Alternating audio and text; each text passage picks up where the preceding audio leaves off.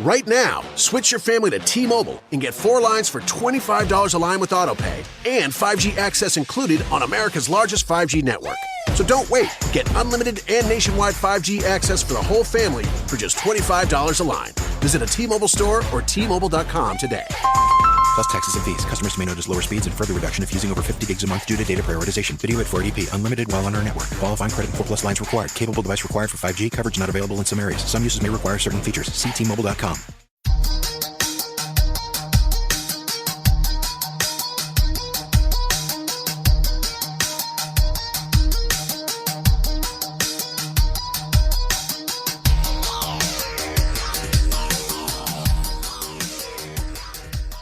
What's going on, folks? Thanks for hitting that download button and checking out a brand new episode of Toys and Tech of the Trade, your one-stop shop for toys, tech, and talk with some assembly required.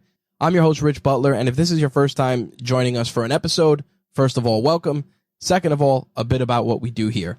Toys and Tech of the Trade is an interview series where we sit down with content creators, entrepreneurs, and just kick-ass people on our radar and share the gadgets, gear, and technology that they use to run their businesses, create their content, or just make their lives a little easier.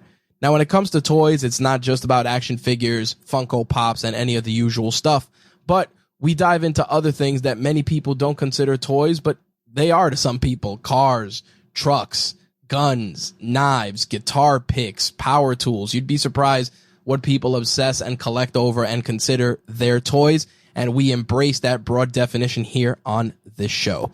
Before we get into this week's guest, a bit of an announcement. If you didn't check out our other episode with Preston Hudman, I'm going to repeat the message I shared on that episode here, and that is that we will not be releasing an episode on July 17th. That is the reason why you are getting 2 episodes this week. The reasoning for that is obviously there's some traveling and some stuff going on, which is going to impact the release schedule for an episode for that week. Of course, that may be subject to change, but as of the release of this episode, there will not be an episode on July 17th. All right, with that bit of housekeeping out of the way, let's get into this week's guest. My guest this week is Megan Amo. She is the strategic marketing designer for the Society for the Promotion of Japanese Animation, SPJA, and they are the brand behind the Anime Expo, which actually is kicking off July 3rd, which is when you're probably going to be hearing this episode, and runs through the July 4th holiday into the weekend. Megan started her career as a volunteer at the Anime Expo and went from being a volunteer to being an employee. And more importantly, it's a great story about following your passions, doing what you love, and it paying off and becoming your career. It's a great story, and I really enjoyed the conversation with Megan. We not only obviously got insight into her origin story and how she got to SPJA and obviously her volunteer work, but we also discussed anime, toys, video games, and all that cool stuff as well. So without any further ado, let's turn it over to Megan and learn more about the toys and tech of her trade. Meg, thank you for taking the time to sit down with us and share a little bit about the toys and tech of your trade. Yeah, so happy to be here.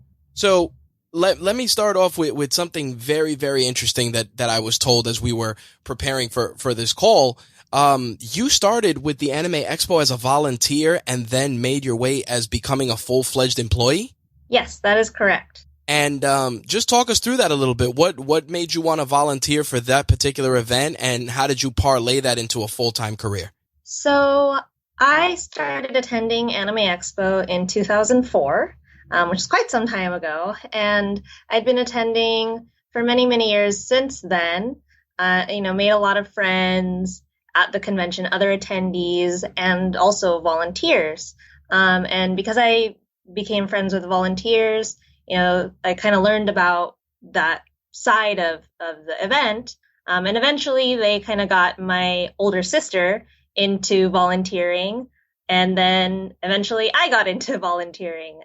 And it just is a very different experience from attending.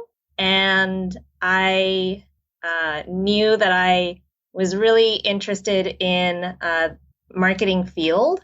Okay. And so when an opportunity came up to volunteer in something marketing related at Anime Expo, I went and jumped on it. I pretty much, after I graduated from college, I had no job. So I just volunteered at Anime Expo because, it was in July, and, I graduated in May. So I thought, why not just kind of do this for now and see if anything happens. At least if anything, I'll learn a lot and have a really good experience. And then evidently they thought I did a good job, so hired me later that year. Wow, that's crazy, especially because you go in as a volunteer, and I'm assuming you went in because as a fan of the genre, I'm assuming that you thought, hey, this is great. I get to have my cake and eat it too, right? Yeah, it was a lot of fun, definitely, to kind of be a part of the event that I grew up attending. And, the event to me, having grown up, through middle school and high school attending Anime Expo, it really meant a lot to me. I met a lot of really good friends who liked anime and, got to hang out with them every year. So then to kind of go and be part of, making things happen was definitely a really cool experience and something that I never take for granted, even to this very day. Now, a little bit about the volunteer work when you were doing that. How was a typical day? Were your duties diversified? Did you have a particular area where you'd have to report to? How was volunteering for a convention versus working as a full-on employee? Just a little bit of background for that. Yeah, so at Anime Expo, we have over 60 different departments and over 1,500 volunteers. Wow. That make Anime Expo possible. Anime Expo is run by a nonprofit organization. So the volunteers really, they are a big part of the event, a really big part of the heart of Anime Expo.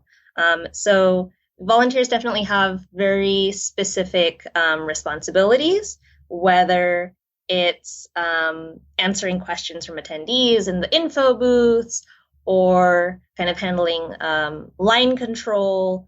So you kind of have a really specific role. And since becoming an employee, I've definitely worn a lot of different hats and done a lot of different things. Now, when you transitioned to full-fledged employee, what did they give you a particular title, or as you said, are you just spread across a few different departments? So when I first started, I was primarily brought on for social media. Okay. Handling just the kind of communications and sort of customer service aspect of social media.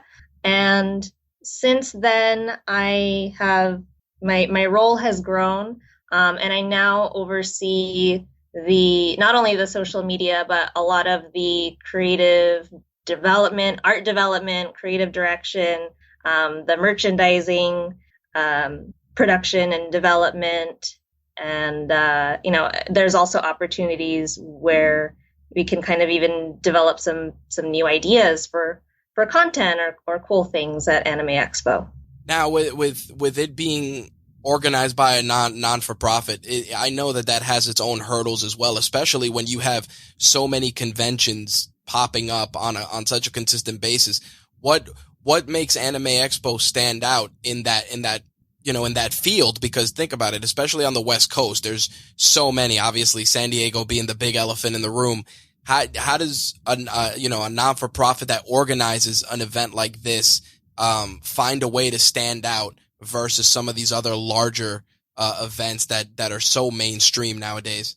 Well, at Anime Expo, we definitely focus on the community and making sure that the attendees have a good time. So we want to focus on what they want, what we do best, and I would say that is what really sets Anime Expo apart, is that it's not just an industry show. It's an annual celebration. It's a gathering, a family gathering, so to speak, where our attendees come and meet their friends. A lot of times people make friends online and then maybe they would not meet for the first time in person until Anime Expo. Right. And it's really an honor to be able to put together an event that means so much to people and makes an impact on their lives. And, I have this story. There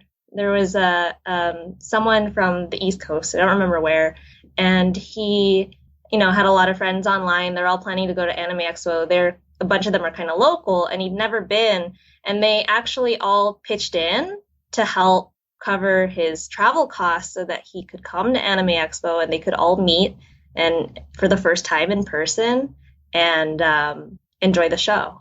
That's a very cool thing to do. I mean, that's the thing sometimes that a lot of people lose sight of. Obviously, the internet sometimes can be a cruel and vicious place, but other times there's some really cool things that happen.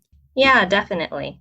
Now, the preparation for an event of this magnitude, how do you start planning for an event like this? Do you start planning for next year's event this year, or is there a particular structure you and your team follow? So right after Anime Expo ends, we pretty much get right back to work on the next year. Okay. We take a look at how that year went, what worked, what could have been a little bit better. And we really examine thoroughly just everything that happened. And then from there, kind of research and develop ways that we can improve. Are there any metrics that you rely on for that type of research? It really depends on the different areas of the convention. Okay. We do definitely value feedback from our attendees. We have a survey that we send out after our event. Of course, there's so many different opinions and feedback that we receive. So it takes a lot of time to go through all the responses because we get thousands of responses. And a lot of times feedback can be really contradictory. Like maybe you will get people say, oh, make Artist Alley bigger. And then other people will say, make Artist Alley smaller. And or sometimes people will ask us to do things that are just not feasible because we're not magicians. Like right. People will ask us, make the rooms bigger. And it's like, I don't know how we're supposed to do that because there is a physically defined space. Yep. So we, definitely look at all the feedback and we're never satisfied with just keeping the status quo. We always want to innovate and bring something new and exciting to our attendees that will be of value to them, such as, for example, we're the first convention to offer photo sets for cosplayers. These kind of really, big, professionally built set pieces, because we recognize that a lot of people really love to cosplay at Anime Expo, and they put so much effort and hard work into their amazing costumes. And sometimes there isn't always a great place to take a photo of them. So, we have like a sci-fi set, a Japanese train car, a classroom set, all to really help support our attendees. That's phenomenal. That's very, very awesome.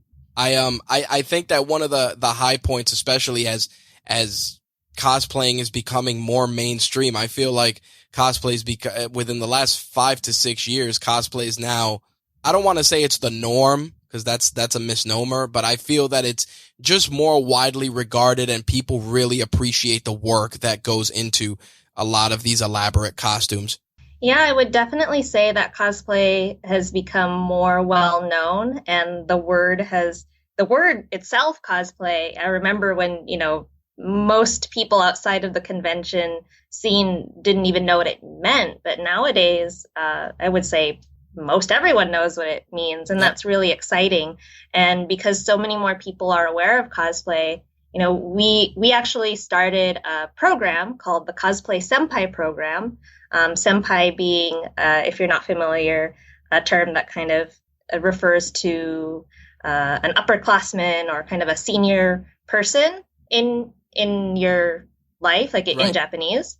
And the purpose of the Cosplay Senpai program is basically to communicate the message that anyone and everyone can cosplay, no matter what shape, size, gender, color, age, religion, no matter what, anyone and everyone can cosplay. And it's really all about having fun. And we actually introduced that program a couple of years back. And to this day, to my knowledge, there's no other convention that is doing anything similar. Well, I think that a big part of it, especially because there's so many different subgenres of anime, that for being able to embrace the cosplay community, I mean it's pivotal to the event's success, because again, the cosplayers, they obviously are a tight community as well, and if you offer a safe space for them to showcase their costumes, the elaborate sets, it really becomes more inviting for them, and it also makes them want to showcase some of the really, really hard work that they put into some of these costumes, especially the real elaborate stuff.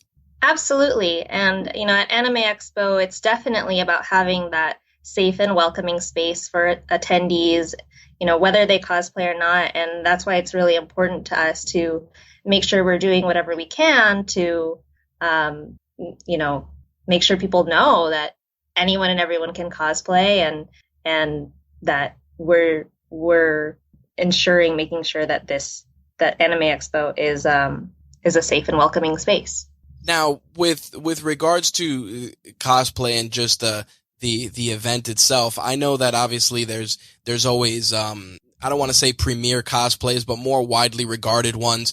How do you factor in that type of a skill set when you want to bring someone in as a featured guest? Because I think one of the toughest things for a lot of conventions, and you can address this more in detail, is when it comes to booking certain guests, having certain featured individuals. How do you vet who's going to be there and who's going to be represented? So to clarify, you're asking about how we go about selecting our cosplay senpai? Yes. One of the things that we really look for in potential cosplay senpai is their impact on the community. Okay. Are they making a positive impact on the community right now? And that's something that is really, really important to us, whether they are providing resources, tutorials, doing panels, just anything that really makes a positive impact on the community. And of course, we also want to look for a wide variety of people to represent the Cosplay Senpai program, because that's the whole mission. That's right. The whole message. You want representation to be across the spectrum in that case. Yeah, absolutely. I mean, cosplay is for everyone. And how can you communicate a message that cosplay is for everyone if you don't show that cosplay is for everyone? 100%. And I think that's something that in our current climate, everybody wants to offer something for everyone, but sometimes there's a level of barrier for certain people, some more than others. So the fact that you strive to create this community, especially with the Senpai program, is just tremendous. I think that that's probably one of the things that is really positive about this event, is the fact that you're fostering such a strong community, because at the end of the day, the community is what drives the success of the event, because a friend will tell a friend will tell a friend. Absolutely. Thank you so much for recognizing that. Yeah, I think that's something that, especially in this, in our current climate, like I said, where I feel like there's a convention popping up every week. Nowadays, there's especially, I live in New York, so yeah, the New York area, there's always a convention popping up somewhere, and it's always one of those things where you kind of get convention fatigue. But the fact that you and your team are trying to create something that is just bigger than the convention itself is definitely a classy move. Thank you very much. We also support all the other conventions across the U.S. SPJA, which is a nonprofit that runs Anime Expo, also runs a B2B conference called Project Anime. And one of the goals of Project Anime is to help support other anime conventions all across the U.S. and even around the world by sharing resources, providing best practices. And, the goal is just to help make all of the anime events, help equip them with information to make their events better. What's the toughest challenge you experience when preparing for an event of this scale? What's the toughest part for you? One of the biggest challenges would be communication and probably just managing expectations. With such a big event, there's just so much going on, and communicating that to everyone it's definitely takes a lot of time and effort. And I know that there's just so many things to do at Anime Expo that not everyone could even physically do it all. And it can be a little bit overwhelming because there's so much to do and so much to prepare for, and different people maybe need different information. Right.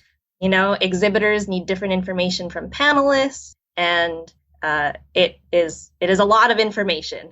Do you feel that there is a strong expectation for diversity in terms of what's being offered at the convention? What I mean is that let's use I'll use just for local, like New York Comic Con.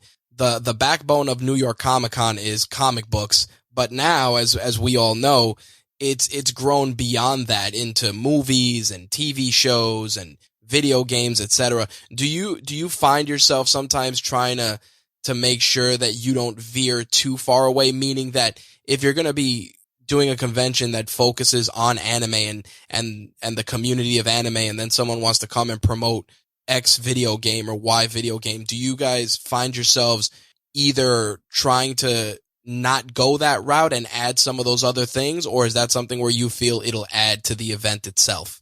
The core mission for SPJA, the Society for the Promotion of Japanese Animation, is to promote Japanese animation and really inspire the world through Japanese animation and pop culture. So, we always use that as a guiding factor when curating content for our event. Right. And, that being said, with the way the industry has been growing and expanding, the definition of anime is kind of changing. And there are definitely a lot of titles that are produced with international teams. And just because, for example, Porter Robinson is an American artist, and his music video for Shelter is produced by an anime studio. Right.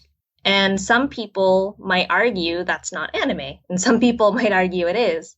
But at the end of the day, our attendees really enjoy that kind of content. Okay. And we want to make sure that they have a good experience. And, we're always mindful that it's going to be something that fits with the overall content and theme of our event.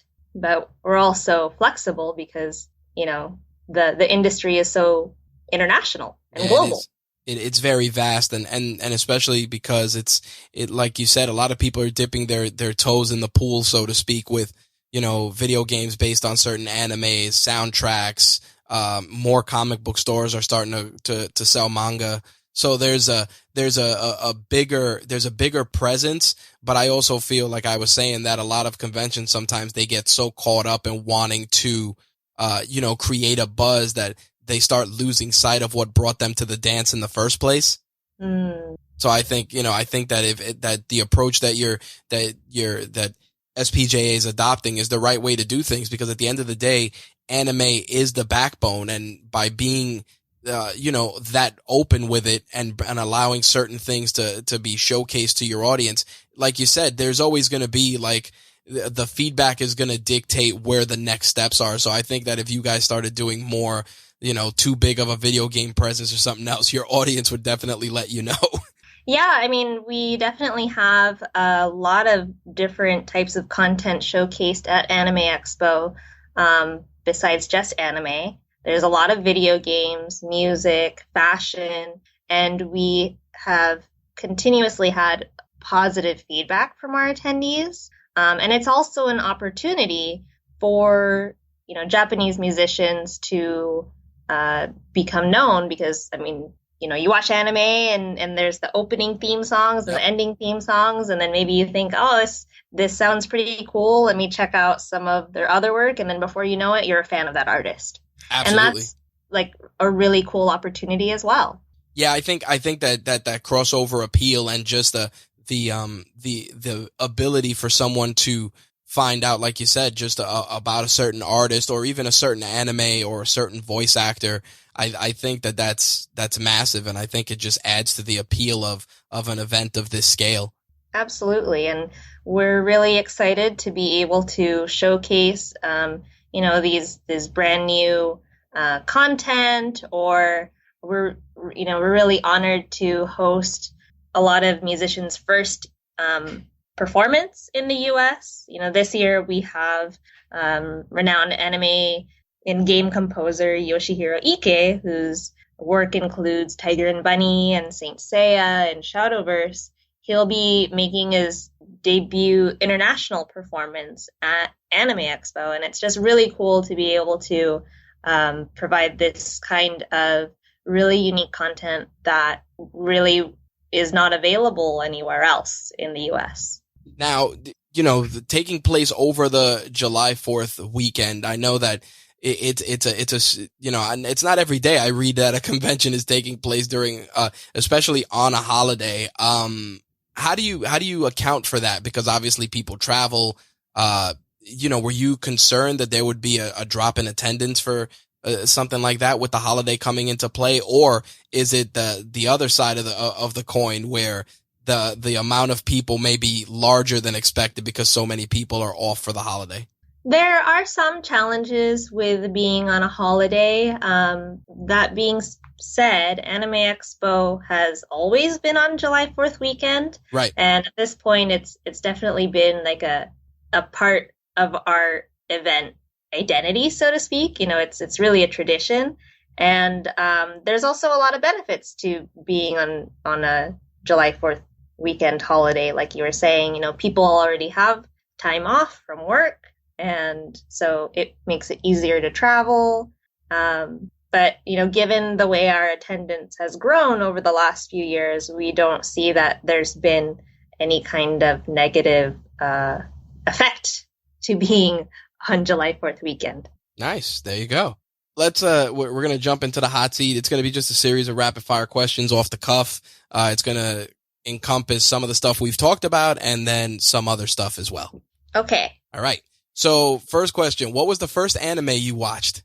The first anime I watched was Sailor Moon, and my sister bought movies in Japanese with subtitles. Right. And I was like 5 or 6 years old, and I was like, oh my gosh, this is too fast. I can't read it. It's too fast. And then my sister said, well, learn how to read faster. So I learned how to read fast because of Sailor Moon. Wow, that's a hell of a way to do it. So you picked up two things. Number one, a favorite anime. Number two, an extra skill. As someone who oversees certain social aspects, obviously your technology is a big part of it. Are you a desktop or laptop user? Laptop user. What do you use?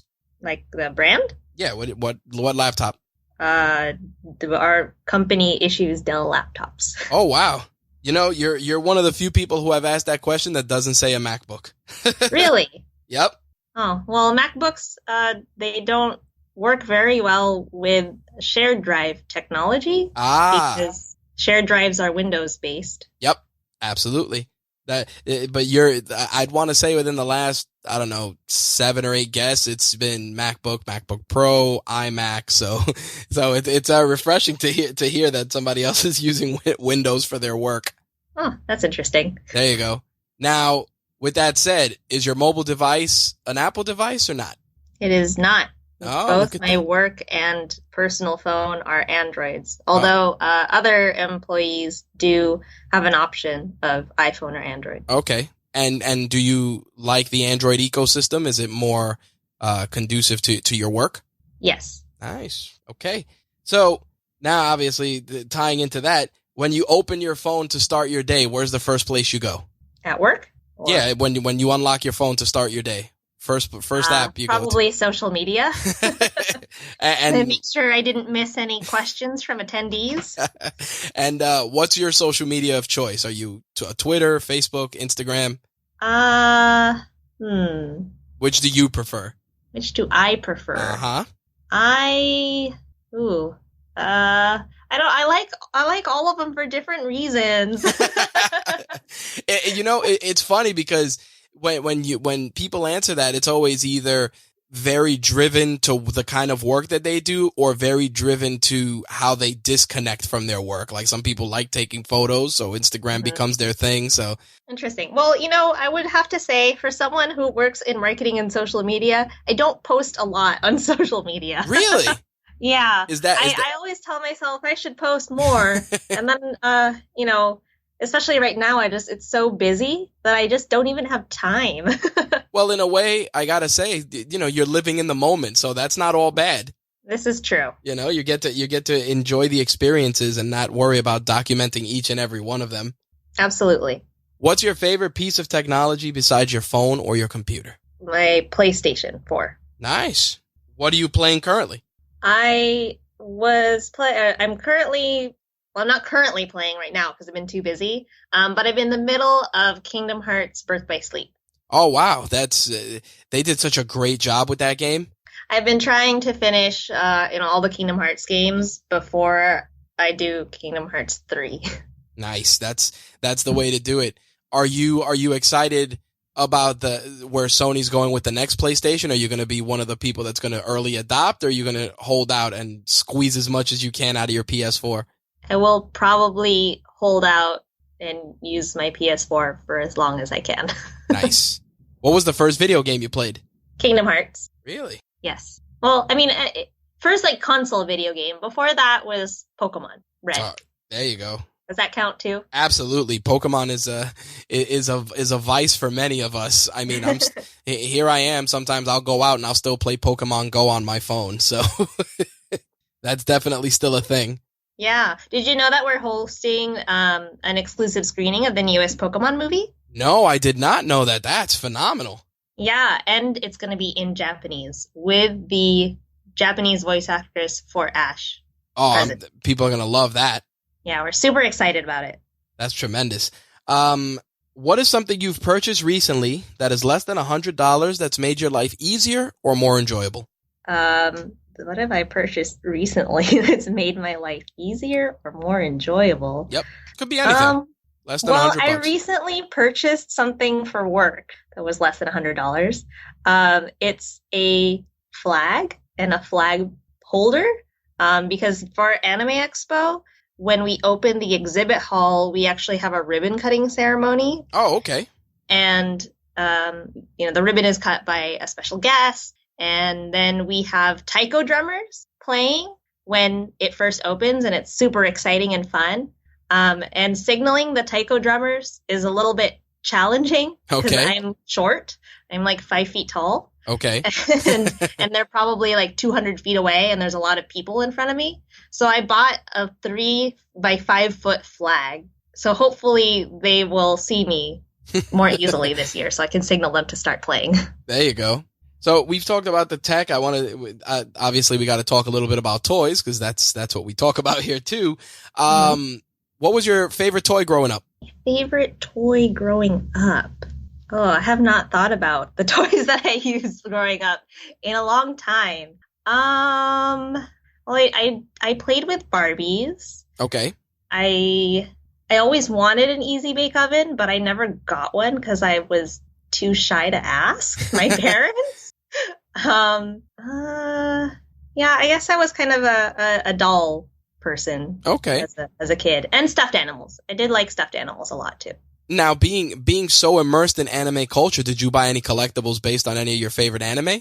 Yes, I held out for a very long time on starting to buy figurines because I knew once I bought one, that wouldn't be the last one. So I primarily like to collect Nendroids. Oh, nice. Because they're super cute, and the one that got me, the first one, was Cardcaptor Sakura. Okay. I don't have very many of them. Actually, I have a pretty large Tsum Tsum collection, too. Oh, all right. Yeah, the Tsum Tsums become very, very addicting because it's such a low barrier of entry. Yeah, absolutely. Although Disney hasn't really been making as many now, but it seems like there's more anime plushies that are made in a similar style, so I'll probably end up collecting those too. Nice. That's very, very cool. If somebody asked you to recommend them an anime currently to watch, what would you recommend? One that is airing right now, Or just a favorite of yours that you've seen recently. Probably JoJo's Bizarre Adventure. Although it's not for everyone. Oh yeah, that's for sure. That is 100% sure. I remember the first time a few years back I tried to watch it. I'm like, I can't do it because somebody had lent me they had done a video game for it. Mm-hmm. And I was like, all right, this is kind of cool. And then I tried to watch it. I'm like, I don't know. But the good thing about JoJo's Bizarre Adventure is the different arcs do have like different feels to them. So, kind of depending on what you're more interested in, maybe one JoJo arc is a better fit for you, to kind of start with than right. Say starting from the beginning. Absolutely. I think that is a great approach for it. I think, that's a solid recommendation. I was unsure if I was curious if you were going to recommend Sailor Moon as well, but you surprised me. I have very varied interest in anime.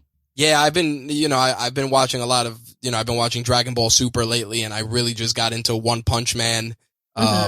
So much so that I ended up like buying a figure of him from my office. Nice. So yeah, I've been kind of going through that, and I just recently started like binge watching My Hero Academia, and My Hero Academia is really good. Oh my God, it's so tremendous. I should have recommended My Hero Academia.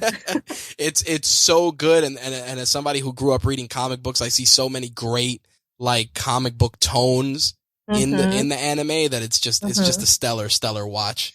You know what I love about My Hero Academia is it explores themes that you don't see in comic books. Namely really examining why people want to be heroes or why people want to be villains. And I feel like in comic books, you just kind of are thrown into it and you don't really get a choice. Right. So it's a really unique idea to be exploring in My Hero Academia. When I first started watching, I remember I was like, when they introduced Bakugo, I was like, wow, he's so gonna be a villain, and he's not. It's just he's kind of a reflection of most anti-heroes that you grow up becoming a fan of. So like seeing that initially, I was really thrown for a curveball with that show, and I thought that was really well done. Yeah, My Hero Academia is definitely very popular, and we're really honored to have been able to host the world premiere or the premiere of the movie last year. And then this year we're premiering the season 4. Oh, wow. That's great. Yeah. And that doesn't air until October. So it's super exciting and special to be able to showcase that at Anime Expo. And then just the experience of being in a room, with thousands of other fans. It's just so different than kind of watching it at home. It's funny you say that. I went to a screening here when they did Dragon Ball Resurrection F, and I had never seen like Dragon Ball in a movie theater. I've been watching Dragon Ball and Dragon Ball Z and everything else, just at home and tape trading back in the old days. And to see like people like genuinely excited for transformations and certain characters being on screen, it was so cool, because that's something I usually see if I go to see the Avengers or something of that scale. But to see that for anime, I ended up seeing Broly at a screening just at like midnight or 2 a.m. and people were just super excited, and like when Broly came on screen, people went crazy. I was like, am I in the right place? Like it was just so refreshing and so fun to see, especially because it's not often you get to see anime features like that, and I mean real anime ones on the big screen. Yeah, absolutely. It's very cool to see that more and more anime movies are available in theaters. Like pretty much every month there's something playing, and going to see these screenings, it's really more of like an experience and kind of a gathering of fans too, which is really cool. Absolutely. If you could have dinner with someone, dead or alive, who would it be? What would you talk about, and what would you eat? Who would I have dinner with? You know, in all the time that I've been doing this, I don't really think too much about any of like the celebrities or talent that I meet. So I don't know. You know, this is really hard. You know what's funny about that question though? You don't have to be relegated to a celebrity. It could be, a family member. It could be, just. Yeah. I always like to give that because everyone's answer is so different. Some people can say, Gandhi, or some people can say an actor, or, their grandparent who they never got to meet. So I was actually thinking that when you said it didn't have to be a celebrity, I was thinking, probably my grandparent. Okay.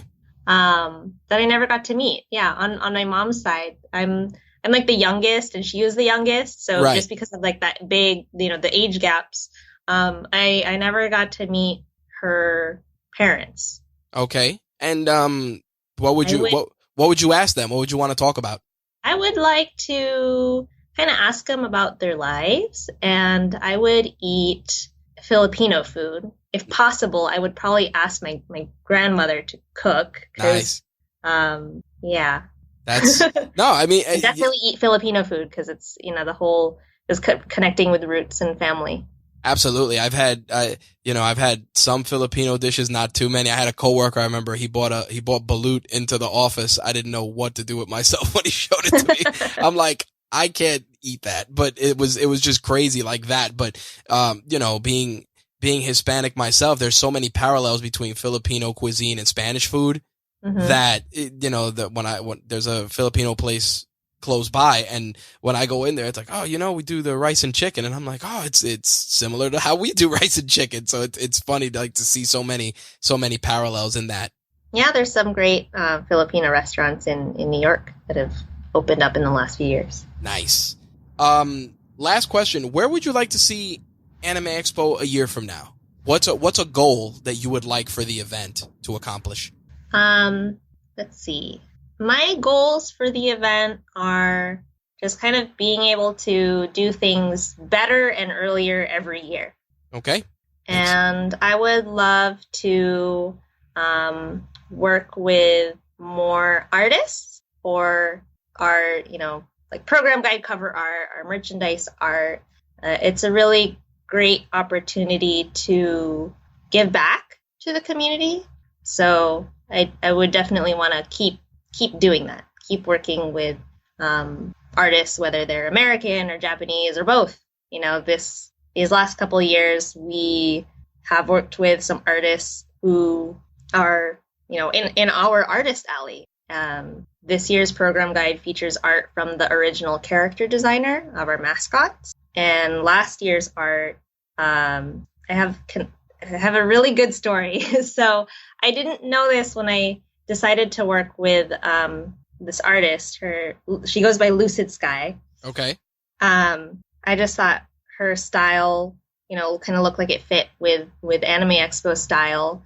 And when I asked her for like some information about kind of her story and how, her experience attending Anime Expo, she told me that Anime Expo was the first convention that she traveled to go be a part of because she's from Minnesota. Okay.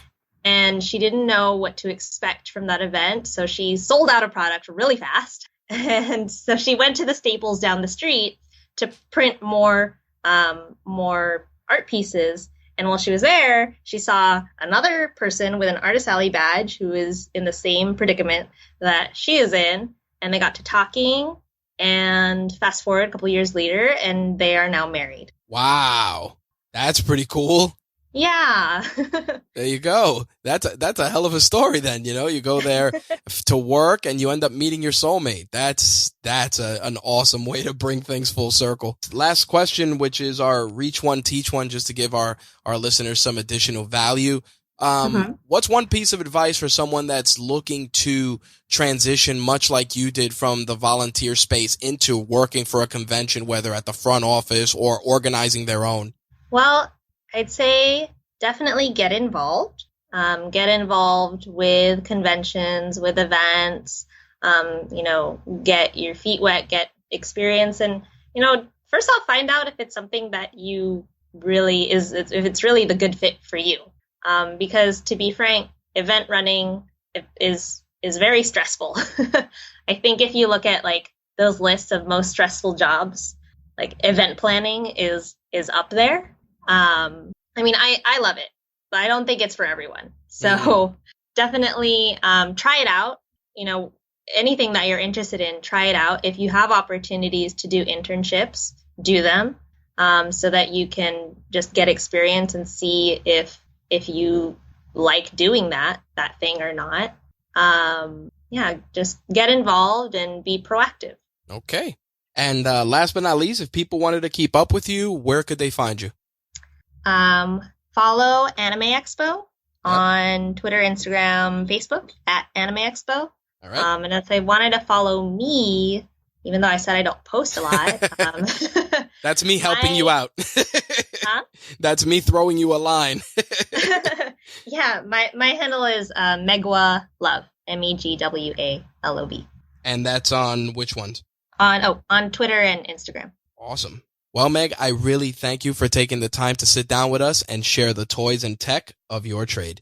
Thank you very much for having me. That wraps up our conversation with Megan Amo. To find out more about the Society for the Promotion of Japanese Animation, as well as the Anime Expo, make sure to check out the links in the show notes for this episode. If you want to follow Megan, give her some love, and help her grow her followers, I'll make sure to include links to Megan's social media accounts as well. We're also going to include links for the toys and tech that we discussed. As always, full disclosure, those may contain affiliate links, which if you click, we may receive a small commission, which of course goes towards making RageWorks and all of our platforms and shows bigger, better, and more awesome for you guys. If you'd like to be a guest on a future episode of Toys and Tech of the Trade and would like to share your story, you can email me, rich@rageworks.net. You can also use that email if you have any questions for future Q&A episodes or have any other feedback or concerns you would like us to address. Again, rich@rageworks.net. You can find us on social media via all the usual social media outlets. No need to rattle them off here. Links to them all will be in the show notes for this episode. Last but not least, a reminder that we will not be releasing an episode on July 17th. With that said, I hope you guys enjoy the 4th of July holiday if you're here in the U.S., and hopefully you guys have a safe, happy, and healthy 4th. We'll see you guys at the end of the month. Thanks for listening. Peace.